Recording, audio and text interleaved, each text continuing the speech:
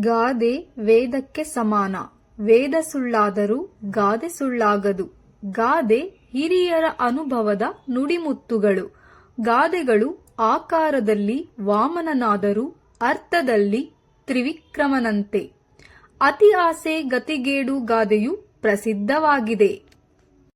ಮನುಷ್ಯನಿಗೆ ಆಸೆ ಇರಬೇಕು. ಆಸೆ ಮನುಷ್ಯನ ಸಹಜ ಪ್ರವೃತ್ತಿ. ಆಸೆಯಿಲ್ಲದವ ಬದುಕಲಾರ. ಆಸೆಯೇ ಉತ್ಸಾಹದ ಜನನಿ. ಆದರೆ ಆಸೆಯು ಮಿತಿಯಲ್ಲಿರಬೇಕು. ಅತಿಯಾದ ಆಸೆ ದುಃಖಕ್ಕೆ ಮೂಲ ಎಂಬ ಮಾತು ಇದೆ. ಅತಿ ಆಸೆಯಿಂದ ಮನುಷ್ಯ ನೆಮ್ಮದಿಯನ್ನು ಕಳೆದುಕೊಳ್ಳಬೇಕಾಗುತ್ತದೆ. ಪ್ರತಿದಿನ ಚಿನ್ನದ ಮೊಟ್ಟೆ ಇಡುತ್ತಿದ್ದ ಕೋಳಿಯನ್ನು ಪಡೆದ ರೈತನೊಬ್ಬನು ಒಂದೇ ಬಾರಿಗೆ ಶ್ರೀಮಂತನಾಗಬೇಕೆಂದು ಅತಿ ಆಸೆಯಿಂದ ಕೋಳಿಯ ಹೊಟ್ಟೆಯನ್ನು ಸೀಳಿ ಒಂದೂ ಸಿಗದೆ ನಿರಾಶೆಯಾದ. ಮನುಷ್ಯನು ಮುಪ್ಪನಪ್ಪಿದರೂ ಆಸೆಯು ಬಿಡದು. ಹೀಗೆ ಅತಿ ಆಸೆ ಯಾರಿಗೂ ಎಂದಿಗೂ ಒಳ್ಳೆಯದಲ್ಲ.